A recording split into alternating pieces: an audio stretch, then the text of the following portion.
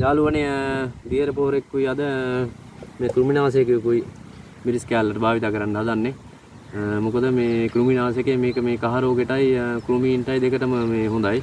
මේ දියර පොරේක යාළුවනේ මේ මල්පලු දාලා අල්ලලා එනවා හොඳට ගස් හැදිලා. ඒ දෙකම තමයි මේ අද භාවිත කරන්න හිතන් ඉන්නේ. මොකද කහ රෝගෙත් මේ මිරිස් වගාවට මගේ ඇවිල්ලා තියෙන්නේ. දැන් ටිකක් දුරින් දුරට ගිය අවුරුද්දේ මිරිස් වගාවට කහ රෝගය ආවා.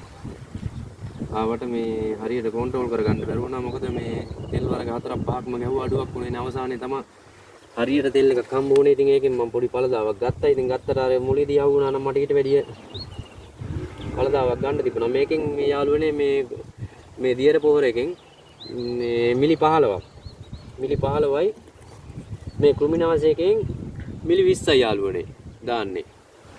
ඒ දෙක දාලා මේ ටැංකිය යාළුවනේ මේ ලීටර් 16 ටැංකියක් දාලා හොඳට මේ මිරිස් කාට ස්ප්‍රේ කරන්න.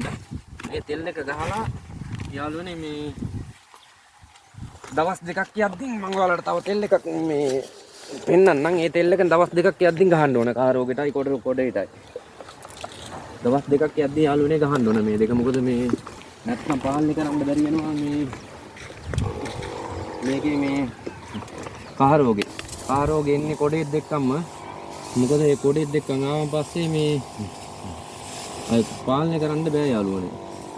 ඒ නිසා ඔයාලගේ වගාවට මේ කහ රෝගේ කොඩේ එහෙම එනවනම් මේ තෙල් භාවිත කරන්න. මොකද මේ අය වැඩි වුණොත් නම් මේ පාලනය කරන්න අමාරුයි. ඒක මේ මිරිස් කැල්ල අතහැරලා දාන එක හොඳයි කහ රෝගය આવොත්. මම දැන් මේ තෙල් එකක් මේ ගෙනල්ලා දැන් මේක මේ ගහලා ඉවර වෙලා ආයෙ හිට නෑ දවස් දෙකක් කරලා නැවත ආයෙ තෙල් එකක් තියනවා කහ රෝගෙටයි මේ පොඩේටයි දෙක ගහන්න ඕනේ. ගෙවන් පස්සේ ඔන්න ප්‍රතිඵල පොඩ්ඩක් බලා ගන්න පුළුවන්. ගිය අවුරුද්දේ නම් මම මේ මිරිස් කැල්ල යන යාළුවනේ මේ කහ රෝගේ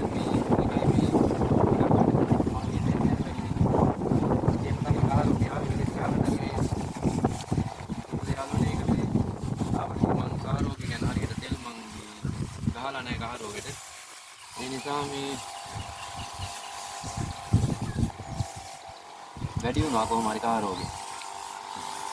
මේ පාර දැන් මම ඒකෙන් තෝරගත්ත තෙල් ඇති කියන මේ තෙල් එක තමයි දැන් මේ තෙල් ಜಾති දෙකක් තියෙනවා. ඒ ಜಾති දෙක තමයි විතර ගහන්න ඕනේ. ඔයාලට මම මේ ඊළඟ වීඩියෝ එකෙන් මේ තෙල් එකත් මොකද්ද කියලා පෙන්නන්න යාළුවනේ.